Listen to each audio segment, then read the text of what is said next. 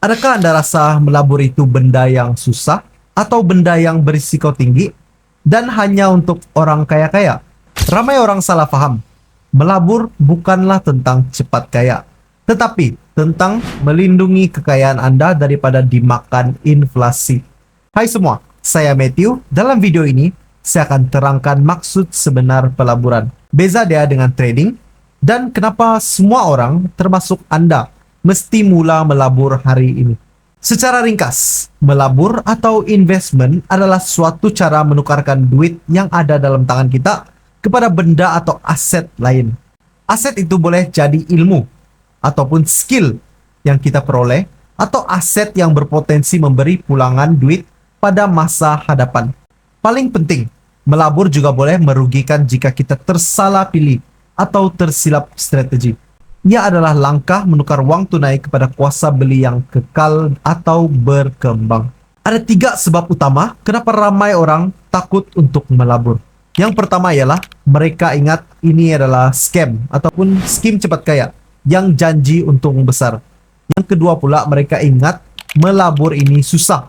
Kenapa Anda baca graf saham dan macam-macam lah mau belajar. Ketiga pula mereka fikir melabur ini hanya untuk orang kaya yang ada modal besar.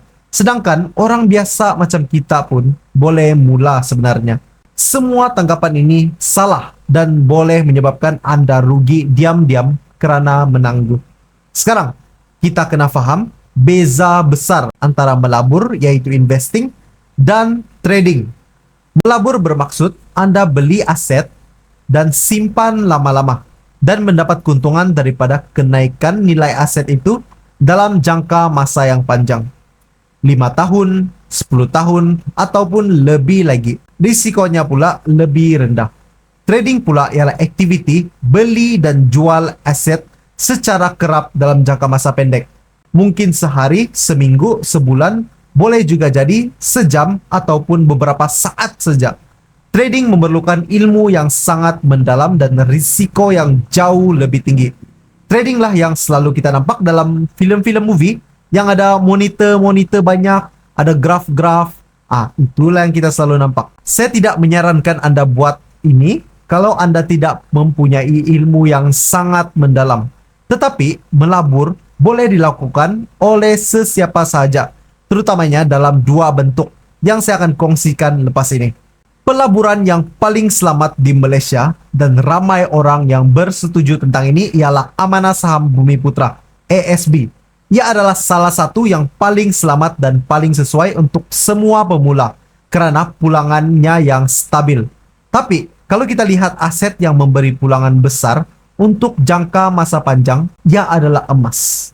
Emas public gold adalah pilihan terbaik. Emas public gold terbukti melindungi nilai wang Anda dari kejatuhan ringgit.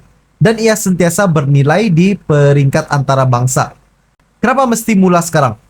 Inilah the power of compounding. Tuan-tuan dan puan-puan, dalam pelaburan, masa adalah aset paling mahal. Investment tidak perlu bermula dengan duit yang banyak. Tetapi ia memerlukan Anda bermula dengan tempo masa yang panjang.